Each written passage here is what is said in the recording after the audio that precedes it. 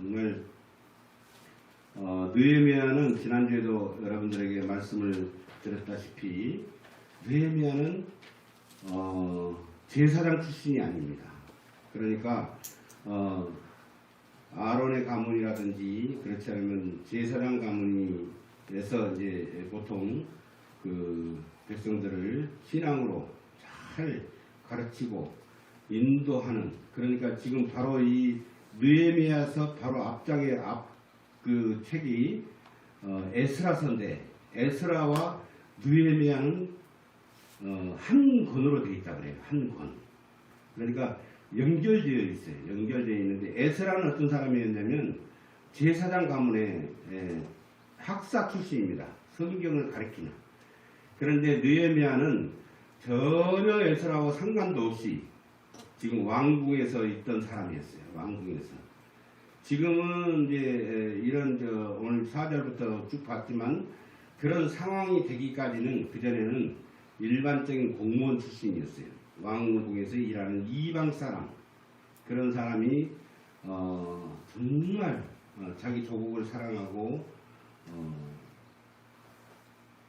그를 위해서 긍휼한 마음, 아버지가 아들을 긍휼히 여기고 사랑하는 그 마음처럼 나라와 민족을 사랑하고 교회를 사랑하는 마음으로 오늘의 역사가 일어나는 그런 이야기가 오늘 주제입니다. 본문입니다.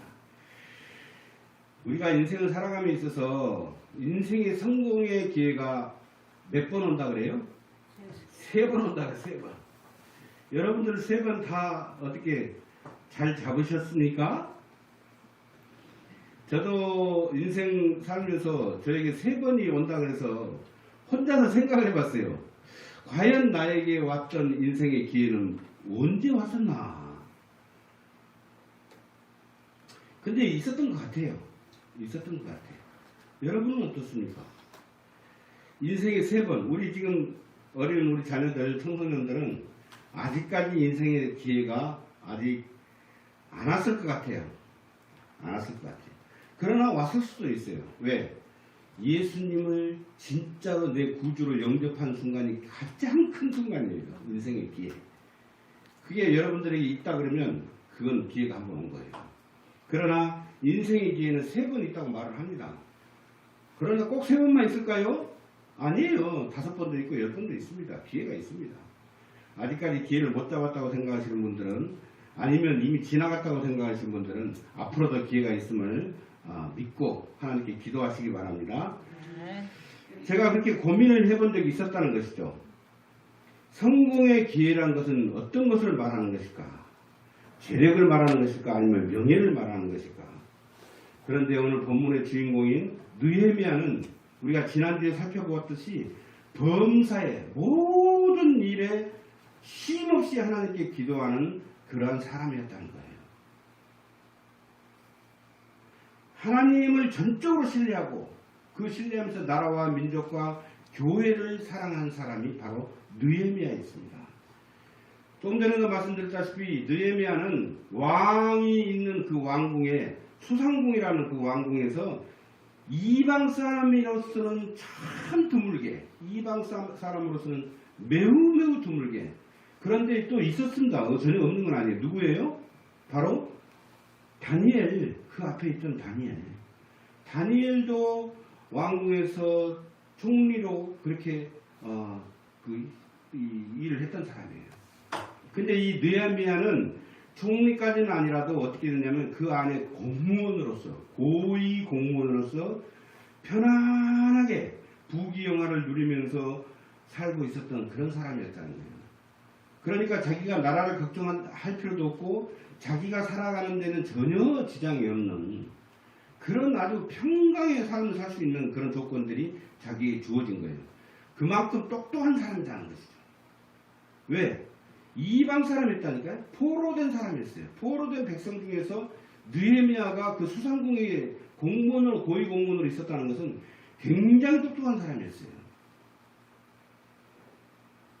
그런데 이 느헤미야가 그 수상궁에 있을 때 그 수상궁 내에 보면 보통 어느 단체에 들어가면 소리 소문들이 막 들리기 시작하잖아요. 그죠? 들어가면 뭐 정보를 많이 얻게 됩니다. 그 안에 들어가면 이런 정보 저런 정보를 막 얻게 되는데 느헤미야도 마찬가지로 그 안에 수상궁에 있을 때 이런 정보 저런 정보 이런 소리 저런 소리 듣는데 이 사람의 귀에 잘 들리는 게 뭐가 있겠어요? 자기 나라에 대한 이야기. 그렇죠. 자기 나라는 이미 패망해가지고 있는데 이미 모든 민족이 다 지금 패망해가지고 겨우 지금 이 페르시아 왕 바사 왕 고레스 때 해방을 시켜줬는데 해방돼서 다 갔습니까? 안 갔어요. 다 안 갔어요. 다 안 갔습니다. 왜 그러냐면 70년 동안 이미 이방 나라 그 페르시아 지역에 살다 보니까 그 나라에서 이미 익숙해져 버린 거예요. 사는 게. 그래서 가라. 고레스가 이제 바사가 어느 나라 바벨론을 무너뜨리고 나서 그 유대인들 그 포로들을 다 해방시켰는데 안 갔습니다.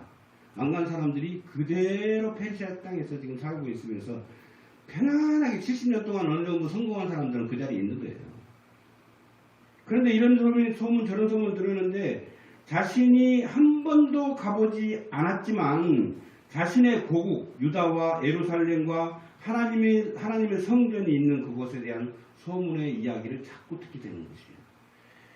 들을 때마다 어때요? 들을 때마다 큰 안타까운 거예요. 자기는 한 번도 안 가봤어요. 왜 그러냐면 이 느헤미야는 2세예요. 말하자면 그 포로 2세.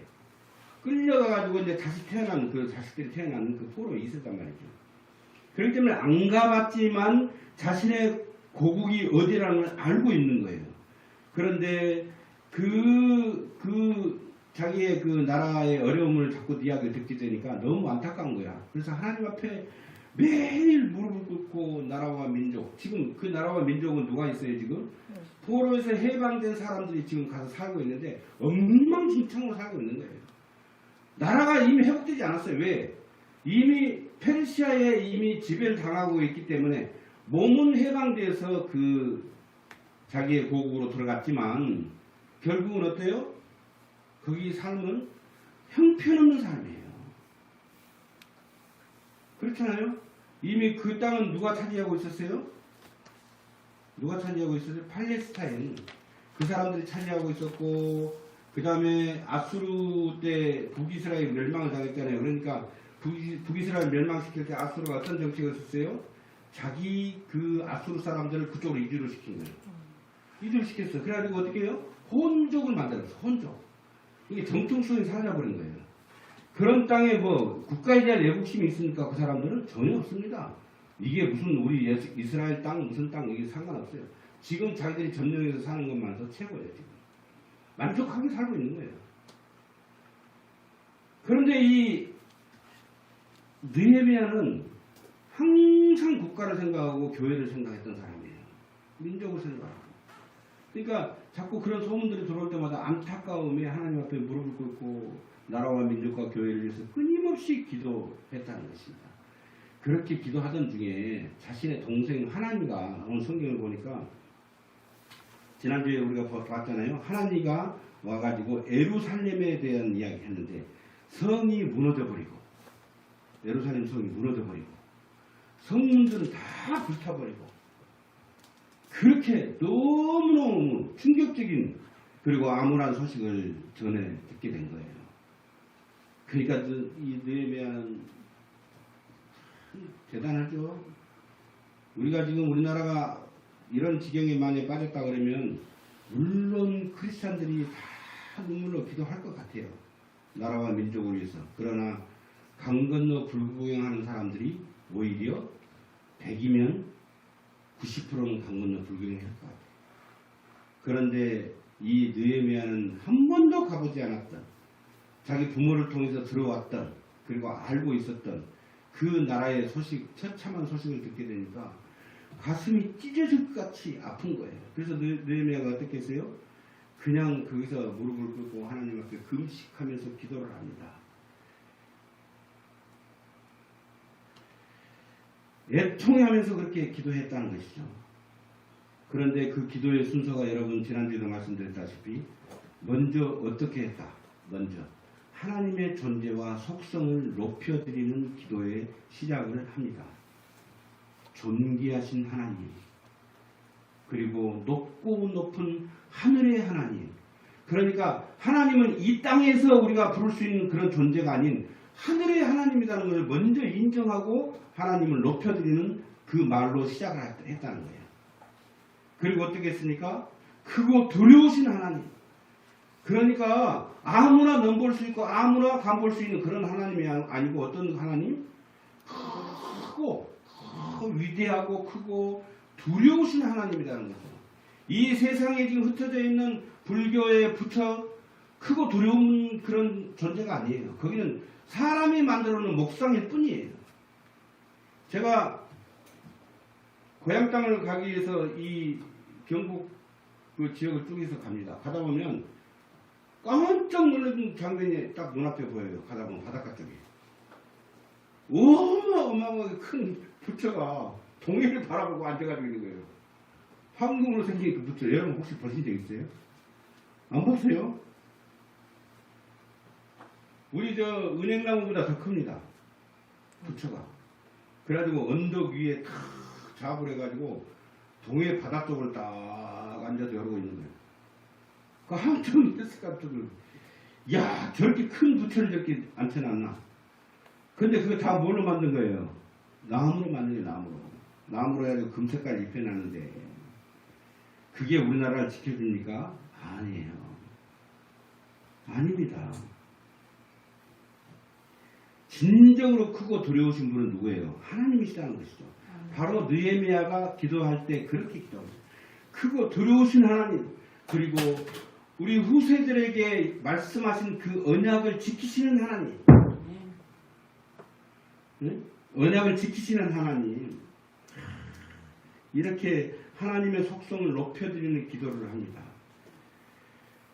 그리고 하나님 긍휼과 자비와 은혜가 풍성하신 하나님, 이처럼 이 기도의 서두에 하나님을 인정하고 경외하는 그 언어를 사용해서 기도를 시작했다는 거예요. 그러니까 하나님께서, 여러분 가만히 상상해 보세요. 하나님께서 가만히 위에서 계시는데 갑자기 위대하시고 존귀하시고 크고 높은 하나님, 하늘의 하나님 그렇게 부르시니까 하나님이 내려보시지 않겠어요? 자기를 높여드리는 그런 먼저 그런 그 음성이 들려오니까. 그렇죠? 그리고 그 다음은 이 느헤미야가 직접적으로 지은 죄는 아니지만 자신의 그 조상이 범죄한 모든 죄를 자신이 지은 죄로 인정하고 자복하며 회개의 기도를 드리는 거예요. 그러니까 우리 아버지 아니면 조상들이 지은 모든 죄는 나하고 상관없다, 이렇게 생각하지 아니하고 그 아버지와 조상들이 지었던 모든 범죄한 사실을 인정하고 자기가 지은 죄로 자복하는 거예요. 그러면서 회개 기도를 합니다. 여러분, 하나님은 이런 기도를 받으시는 거예요. 하나님은 솔로몬이 1000번제를 드렸을 때 하나님이 너무너무 이쁜 거예요. 너무너무 이뻐. 솔로몬이 1000번제를 드리는 그 마음이 너무너무 이뻐. 그래가지고 어떻게 했습니까? 그날 저녁에 바로 꿈에 나타나고, 나가 니한테 뭘 해줄까? 그 기도를 듣고 1000번째 그 기도 제사를 듣고 보고 내가 얼마나 마음이 기쁜지 그냥 바로 꿈속에 나타나고 내가 너에게 뭘 해줄까? 지금 이거예요. 지금 이 느헤미야도 자신이 지은 죄가 아니지만 자신의 죄로 인정하고 자복하는 기도를 하니까 하나님이 그가 너무너무 이쁜 거예요. 이쁜 거예요. 그러면서 이렇게 회개 기도를 하니까, 야, 진짜 너는 신실하구나. 신실하구나. 하나님이 인정해버리는 거예요. 그 느헤미야 입에서 나오는 기도가 뭐였어요? 하나님께서 자신의 조상에게 말씀하신 그 언약을 지켜주시고 우리에게 자유를 허락해 주십시오 하고 통성하며 애통해하며 기도를 했다는 것이에요. 간절히 기도합니다. 동생 하나님으로부터 예루살렘 소식을 듣고 작정하고 기도를 하면서 하나님의 응답을 기다리던 때가 바로 아닥사스다 왕. 아닥사스다 그런데 여러분 역사적으로 보면 이 아닥사스다는 왕의 호칭입니다. 왕의 호칭. 이 사실은 이 왕은 어떤 왕이냐면 다리오 왕이에요. 다리오 왕. 여러분 다리오 왕이 들어봤죠? 네. 다리오 왕인데 왕의 호칭이 아닥사스다 왕이라고 그래요. 아닥사스다. 이 아닥사스다 왕 제20년 기스루월은 언제라고 했죠? 지난주에도 말씀드렸죠. 9월에 시작해서 어떻게 해요? 그 다음에 니산월 20년 니산월 1월에 오늘 본문의 역사가 이루어지는 그 시간까지는 4개월이 걸리는 120일 정도. 그렇게 기도하면서 응답을 기대하면서 기다렸던 것이에요. 이 느헤미야가. 하나님께서 이미 그 기도를 들으시고 준비하셨어요. 준비하셨던 거예요. 때와 장소와 시간, 그 시간을 준비하신 거예요. 하나님께서는 느헤미야의 기도를 들으시고 하나님의 섭리 가운데 오늘 본문의 자리로 느헤미야를 있게 하기 위해서, 아까도 이야기했지만 수상궁에서 고위 공무원 직분을 맡아서 일하고 있던 그를 어떻게 했어요? 왕과 가장 가까이 갈 수 있는 바로 비서실장과 같은 술 맡은 관원으로 들어가게 한 거예요. 그게 어디가 나왔어요? 1장 15절에 마지막 절에가 나와 있어요. 그러니까 그런 기도를 한 후에 뭐가 있었다? 술 맡은 관원이 되게 하였다. 처음부터 몇 절이에요? 1장 큰 소리로 11절이요. 11절에 그러니까 1장 11절 11절에 술 맡은 관원이 되게 한 거예요. 그전에는 무슨 상황이었다? 그냥 수상궁의 고위 공무원이었는데 그럴 때 느헤미야가 기도를 하니까 하나님이 그 기도를 들으시고 하나님께서 어떤 역사를 이뤘다? 먼저 왕과 대화할 수 있는 가장 가까운 거리로 자리를 옮겨버린 거예요. 지난주에도 말씀드렸다시피 우리가 이 교회 안에서 또 아니면 어떤 사업체 안에서 자리가 옮겨지는 역사가 일어난다. 그러면 어떻게 해요? 하나님의 뜻이구나. 우리가 그걸 분별해야 돼요.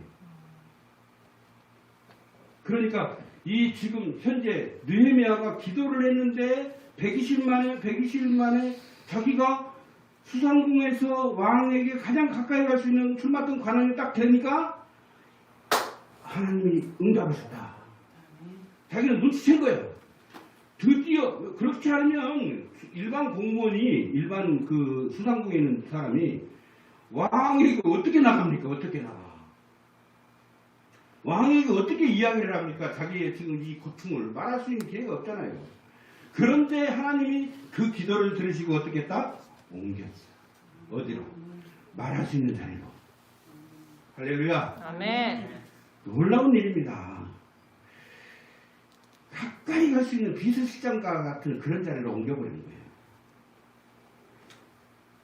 지금 여러분 술 맡은 관원, 이 하나님을 믿는 사람이 무슨 술과 연관이 되어 있어 이렇게 혹시나 그런 생각합니까? 아니에요. 술 맡은 관원은 왕이 마시는 음료 아니면 술을 다 점검을 해가지고 혹시 독을 타지 않았는가, 왕을 해하려고 하는 자들이 스스로 그 안에다가 독을 넣어서 혹시나 왕이 마시고 죽게 하기 위해서, 그렇게 독살하기 위해서 그런 짓을 하지 않는 것을 점검하는 그런 자리예요. 그래서 언제나 왕에게 올라가는 그 술들은 먼저 술 맡은 관원이 맛을 보고 이상이 없을 때 왕에게 주는 거예요. 그러니까 왕의 입장에서는 지금 자기 신하들이 수백 명, 수천 명이 있을지라도 가장 믿는 사람은 누구예요? 바로 자기에게 그 술 따라주는, 술 갖다주는 술 맡은 관원이 제일 최고로 믿는 사람이에요. 자기 친척 세우지 않습니다. 그 자리에. 아무나 세우지 않아요. 자기가 그동안에 이 궁전에서 쭉 봐왔는데 가장 신실하고 가장 믿음이 가는, 신뢰가 가는 그 사람을 세운다는 거예요. 그러니까 놀랄 일이에요. 이게 지금 왕이 이 누구를, 느헤미야를 술 맡은 관원을 시킬 때는 그동안에 지켜보았던 거예요. 이것 또한 하나님께서 미리 준비하셨다니까요. 보고 계셨어요. 그래가지고 가장 마음에 드는 그 느헤미야를 네 나 옆으로 와서 술 맡은 관원이 되라. 그래가지고 이 술 같은 관원을 시킨 거예요. 그런데 오늘 본문의 스토리처럼 느헤미야의 얼굴에가 뭐가 있었다? 지금 하나님 자기 동생의 이야기를 듣고 뭐가 있었어요? 얼굴에가 수심이 가득해요. 수심이 가득한 것은 이건 큰 대역 죄인이 될 수도 있는 그런 상황이에요. 왜 그런 줄 알아요? 왕은 가장 믿는 사람을 갖다가 술 맡은 관원을 시키다 그랬잖아요. 그래서 왕도 술을 마시면서 아니면 음료를 마실 때마다 누구의 눈을 보냐면 누구의 눈을 봐요? 술 맡은 관원의 눈빛을 봐요. 눈빛. 그리고 얼굴 표정을 보는 거예요. 아무리 자기 자신을 평정시키고 자기 자신을 다스릴 줄 아는 사람일지라도 왕을 독살하려고 하면은 아니면 누구에게 사주를 받아가지고 왕을 죽이려고 하면 어떻게 해요? 떨리는 거야. 얼굴에가 표정이 나타나요. 약간 눈을 못 마주쳐. 왕의 눈. 근데 보니까 이 애가 지금 수심이 가득 찼네. 왕이 보니까 그래서 얘가 혹시 무슨 일을 이런 마음이 들겠어요, 안 들겠어요? 수심이 가득하니까. 그래서 야, 너 왜 얼굴에가 수심이 가득하냐? 네 건강에 이상이 있는 것도 아닌 것 같은데 왜 그래? 이렇게 물어본 거죠. 그러니까 이때 만약에 지금 이 느헤미야가 대답을 만약에 잘못해버리면 그 자리에서 바로 죽임을 당합니다. 바로 끌려가게 돼 있어요. 그래서 오늘 본문 2절에 보니까 2절 하반절에 보니까 느헤미야가 크게 두려워했다. 두려워. 왕이 자기를 쳐다보면서 너 왜 그래? 네 얼굴에 왜 이렇게 수심이 많아? 이렇게 물어본 순간에 자기가 말을 잘못하면 어떻게 하겠다? 자기는 죽게 돼 있거든. 크게 두려운 거예요. 두려웠어요. 크게 두려워하였다. 이렇게 기록되어 있는 것입니다. 느헤미야가 만약에 예루살렘 성, 자기가 지금 그 예루살렘 성의 소식을 듣고 예루살렘 성 이야기를 직접적으로 만약에 거론했다면 그 또한 또 어떻게 되냐면 끌려나가서 죽임을 당할 수가 있어. 왜 그랬냐면 지금 예루살렘 성 그 에스라가 먼저 가서 성벽 재건을 했잖아요. 재건했어요. 수르바벨은 몇 년 걸렸어요? 20년이 걸려가지고. 그리고 에스라가 또 가서 중수 재건을 한다고 갔는데 그때 어떤 일이 있었냐면 그 재건을 반대했던 사람들이 페르시아의 강서편 총독인 르훔과 그리고 그의 서기관 심세를 선동해가지고 이스라엘 사람들을 왕에게 고소를 해버린 거예요. 지금 얘들이 반역을 꾸미고 있습니다. 성벽을 다시 재건하고 있으니 지금 반역을 꾸미고 있으니 이것을 멈추게 해주십시오 하고 그 아까 심세와 르훔을 통해 가지고 이 상소를 올린 거예요. 그러니까 왕이 딱 듣고 보고 그래? 그러면 성벽 재건을 중지하라 이렇게 했단 말이에요. 그런데 중지만 시켜야 되는데 어떻게 했어요? 이 사람들이 그냥 가서 성벽 세우는 걸 다시 다 무너뜨려 버린 거예요. 다. 그 무너뜨린 소식을 바로 자기 동생 하나니아를 통해서 듣게 된 거단 말이죠. 그 지금 이미 왕이 가서 중지해라고 말했던 그 성을 다시 느헤미야가 재건하겠다고 이야기를 하면 이것도 어떻게 생각하면 반역일 수도 있거든. 그래서 지금 말을 잘해야 돼. 크게 두려워하면서 말을 잘해야 돼. 무슨 말인지 다 이해가 되십니까? 네. 상황이 이해가 되시죠? 네. 그래서 이렇게 힘이 두려워서 떨고 있으면서도 말을 얼마나 잘해야 되는지 그런 상황이었다는 것이죠. 그런데 오늘 본문을 보니까 느헤미야가 위급하고 절박한 그런 상황 속에서 침착하게 대답할 수 있었던 것은 지난 4개월 동안 쉬지 않고 하나님께 기도하면서 하나님께서 자신을 술 맡은 관원이 되게 하심에 있어서 하나님의 뜻이 분명한 뜻이 뭔가 있다. 그래서 만약에 왕 앞에 나가서 내가 왕 앞에 나갈 수 있는 기회를 이미 잡았어요. 왕 앞에서 그 이야기를 꺼내야 될 그런 상황에 그 기회가 나에게 주어진다면 내가 어떻게 말을 해야 되겠다 하고 준비를 했다. 내가 너를 무엇을 도와줄까? 네가 지금 느헤미야가 지금 얼굴 수심이 가득 찬 얼굴을 보고 너가 왜 수심이 가득 차 그렇게 이야기를 했더니 대답을 미리 준비한 대답들이 쭉 나오는 거예요. 그동안의 기도를 거기에 상황에 따라서 자기가 나름대로 준비를 했다니까요. 우리 인생에 있어서 하나님의 역사하심을 우리가 느낄 때가 있습니다. 여러분들 이 일에 분명히 하나님이 개입하신 것 같아. 이런 어떤 느낌이 올 때가 없었습니까? 있습니다. 있어요. 다 있어요. 사람들은 예수를 믿는 사람들은 다 그런 것을 느낄 수 있어요. 하나님이 개입하셨구나. 이걸 알 때가 있다니까요. 그러면 지금 나의 지금 닥쳐있는 상황, 내가 기도하는 제목들을 놓고 봤을 때 하나님의 개입하신 것을 느낌이 온다 그러면 내가 어떻게 만약에 나에게 기회가 주어진다면 어떻게 하시겠다는 것을 생각하지 않겠습니까? 느헤미야도 마찬가지예요. 왕이 너에게 자기에게 물어볼 때 네가 무엇을 원하느냐라고 그 소리를 딱 들리는 순간에 느헤미야에게 들리는 순간에 기회가 왔다. 그렇게 생각한 거예요. 그래서 오늘 본문에 보니까 오늘 본문 다시 한번 볼까요? 2장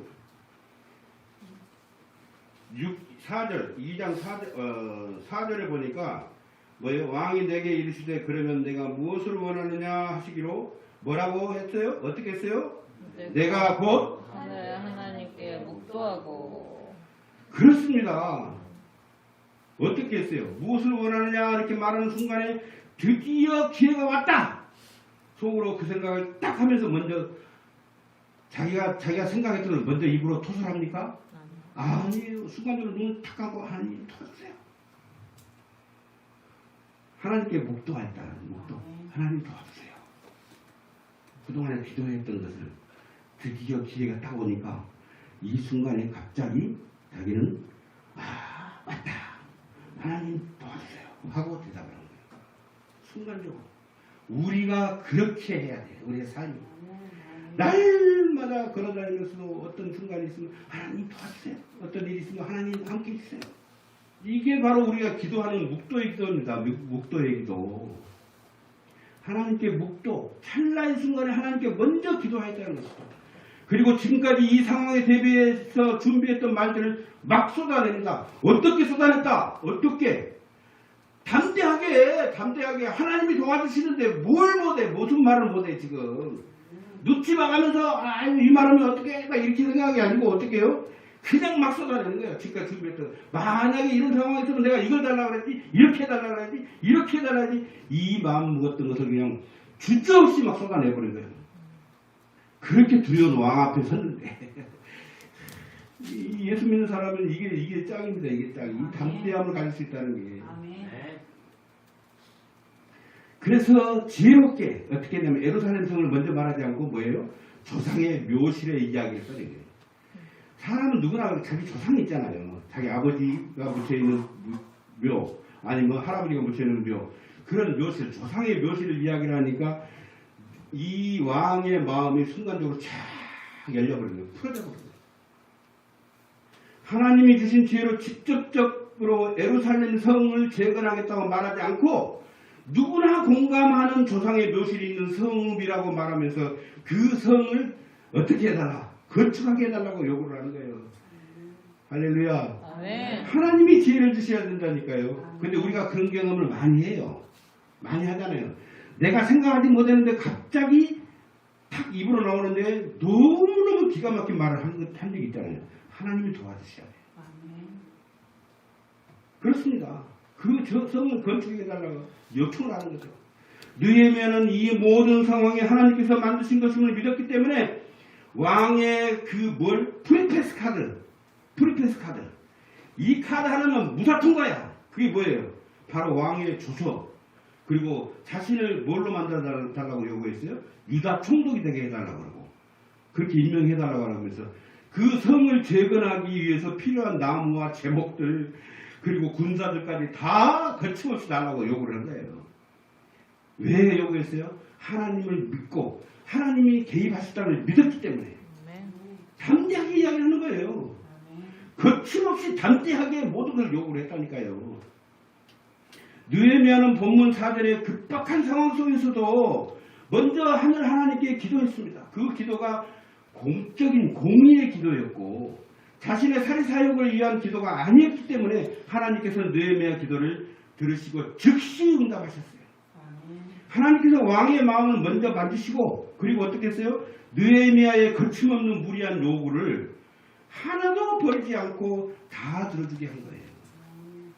역시 느헤미야는 이 모든 상황이 하나님이 역사하심을 믿고 인정하는 고백을 합니다. 8절 하반절에 보니까 내 하나님의 선한 손이 나를 도우심으로 어떻게 했다? 왕이 모든 걸 허락했다.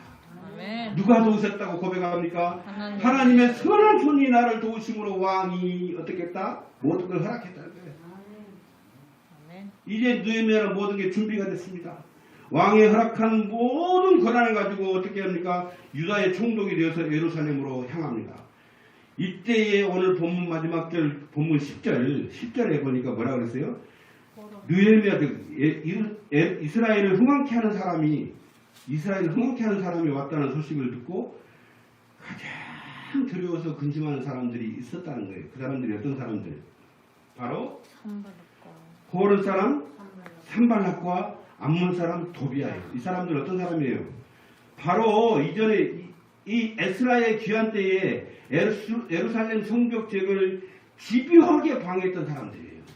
근데 그 사람들이 가만히 들어보니까 이제는 에스라의 그걸 물리쳐가지고 성벽을 완전히 파헤쳐버렸는데 다시 재건하겠다고 이번에는 막 총독이 되어가지고 아주 큰 권한과 군사들 데리고 자제들 데리고 오는 그 느헤미야가 온다는 이야기를 듣고 어떻게 했다? 심히 어떻게 했다? 근심했다. 근심했다는 거예요. 근심.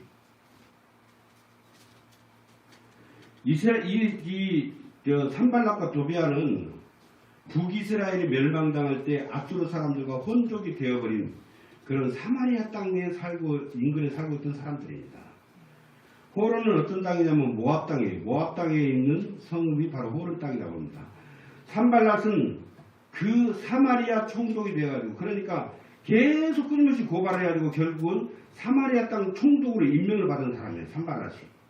총독이 돼가지고 비어있는 그러니까 포로로 잡혀가지고 있는 그런 상태에서 비어있는 유다 땅과 예루살렘과 이스라엘 땅을 자신들의 마음대로 다스리고 통치하면서 부정부패와 불의한 일을 일삼으면서 힘들고 어려운 이스라엘 사람들을 괴롭히며 호의호식했던 그런 아주 못된 사람들이에요. 못된 사람들.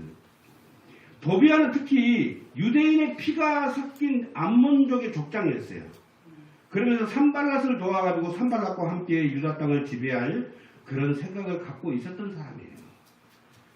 그런데 왕의 강력한 권한을 가진 느헤미야가 성벽 재건을 위해서 내려온다는 것을 보고 내려옴을 보고 예전에 에스라 때 방해했던 것처럼 느헤미야의 성벽 재건 계획을 집요하게 방해합니다.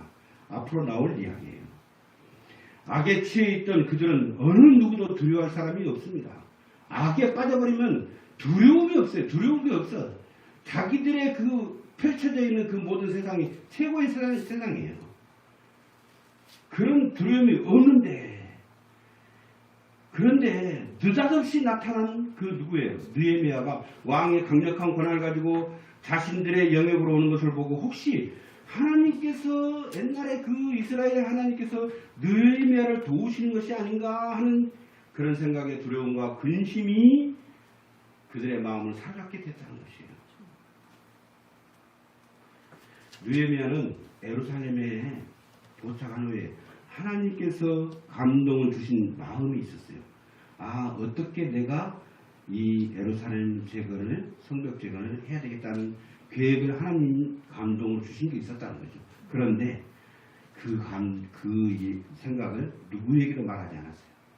와가지고 아무에게도 말하지 않고 밤에 자신들 자기 동생 있잖아요. 동생.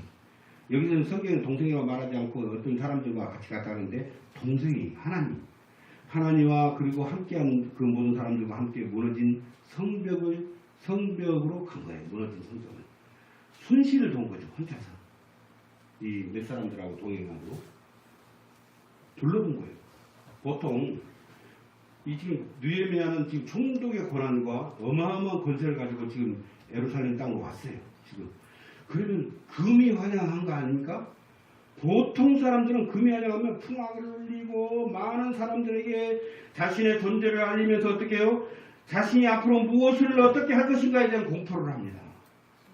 그게 보통 통례예요. 그러나 느헤미야는 그렇지 않았습니다. 신중한 사람이에요. 느헤미야는. 에스라 때 방해꾼들로 인해서 성벽이 해파되고 환난을 당하고 능력을 받으면서 성문이 불탔던 것을 익히 들어서 알고 있기 때문에 적들을 선동시키지 않으려고 은밀하게 행동을 한 거예요. 지혜롭게. 은밀하게. 은밀한 수시가 끝난 후에 어떻게 해요? 유다 사람들과 제사장들과 귀족들과 모든 방백들을 모아가지고 자신이 왜 어떻게 이곳에 왔는지를 말합니다. 그 말 가운데 뭐가 있으세요? 하나님의 의로운 손이 나를 도왔다. 내가 절대 너희들도 알지 않냐? 우리가 이방 사람이지 않냐? 이 페르시아 입장에서는. 그리고 포로 민족이지 않냐? 그런데 하나님께서 나를 세상에 술 맡은 관원을 시켜가지고 지금 이렇게 성벽 재건을 할 수 있는 기회를 하나님이 역사하셨다.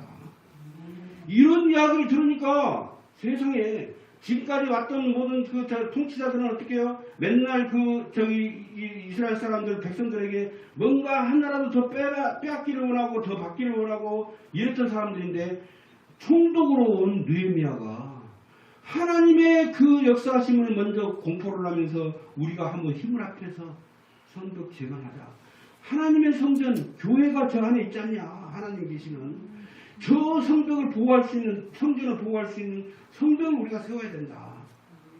이렇게 이야기를 했더니 세상에 무기력함에 빠져있고 실망과 좌절과 절망 속에 빠져있는 그 이스라엘 민족들이 하나님께 영광 박수를 보내면서 어떻게 해요? 한번 해봅시다. 해봅시다. 할 수 있다! 며칠 만에 끝났다고? 52일 만에 끝난 거야. 20년 동안 그 성벽을 지어버렸던 것이 며칠 만에? 52일. 나중에 나오는 이야기예요. 52일 만에. 상상 초월입니다. 상상 초월이에요. 이때에 뒤에 보니까 뭐예요? 이 산발락과 도비아가 뭐라고 이야기합니까? 야, 이 유다 사람들아, 예? 이 비렁뱅이 같은 이 유다 사람들아! 없음 여기면서 비웃으면서 뭐라고 합니까? 너희가 하는 일이 지금 무엇인 줄 아느냐 지금? 왕을 지금 배반하려고 하는 거 아니냐? 막 이러면서 이제 막 선동을 하는 거예요. 비웃으면서.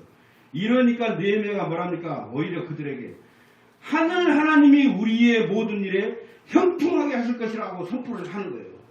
하나님이 나를 도우시기 때문에, 하나님이 우리를 돕기 때문에 모두 없는 너희들은 간섭하지 말고 썩 물러가라 이렇게 이야기를 하는 거예요. 얼마나 통쾌합니까? 느헤미야 이 담력 얼마나 감사한지 말로 표현할 수 없습니다. 우리가 배워야 돼요. 사단마귀를 물리칠 때 어떻게 해야 돼요? 사단마귀님 제발 좀 물러가 주세요 이렇게 합니까? 아니요. 예수 그리스도 이름을 명하노니 더러운 사탄아 물러갈지어다 이렇게 호통을 쳐야 되는 거예요. 그래야 물러가는 거예요. 아멘. 사랑하는 성도 여러분, 교회에서 하나님의 일을 함에 있어 우리에게 갖추어져야 할 것들이 있습니다. 예를 들면 교회에서 직분자로 세움을 받은 집사님, 권사님, 장로님은 느헤미야와 같은 사람들이 세워져야 된다. 하나님의 성전을 건축하게 되는 상황이 만약에 있어지게 될 때는 느헤미야처럼 하나님의 도우심에 의지하여 한마음 한뜻이 되어서 신속하게 신중하게 다투지 않고 이루어져야 된다는 것이에요. 그런데 많은 사람들이 이때에 사람 직분자를 세울 때에 시험을 당하고 건축을 할 때에 시험을 당하는 거예요. 이런 마음을 모르기 때문에 알지 못하고 그렇기 위해서는 철저히 기도로 준비해야 됩니다. 하나님께서 맡겨주신 직분을 자신의 의로 감당하려고 하면 실패가 마중을 나오게 되어 있다는 거예요. 실패가. 깨어집니다. 시험당합니다. 오직 하나님의 도우심을 바라면서 간절하게 진실되게 기도로 준비할 때 하나님의 도우심을 받아 자신의 직분을 은혜롭게 감당할 수 있다는 것입니다. 그리고 하나님의 일을 감당함에 있어 구체적인 계획을 세워야 돼요. 구체적인. 중구난방식으로 아니면 주먹구구식으로 이렇게 해서는 안 돼요. 지금 나중에 우리가 펼쳐지는 이 성전, 성벽 건축 있어야 된다는 것입니다. 지피지기면 백전백승이라고 했습니다. 사탄의 수술을 우리가 미리 간파하며 방어와 공격을 할 때 어떻게 해요? 사탄의 싸움에서 절대로 실패하지 않는다는 것입니다. 사랑하는 성도 여러분, 세상 살아갈 때 준비된 자로서 형통하게 되는 기적과 지혜롭게 사탄을 물리치고 승리하는 기쁨을 만끽하시는 우리 모두가 되시기를 주 예수 그리스도의 이름으로 축원합니다. 아멘. 기도하겠습니다.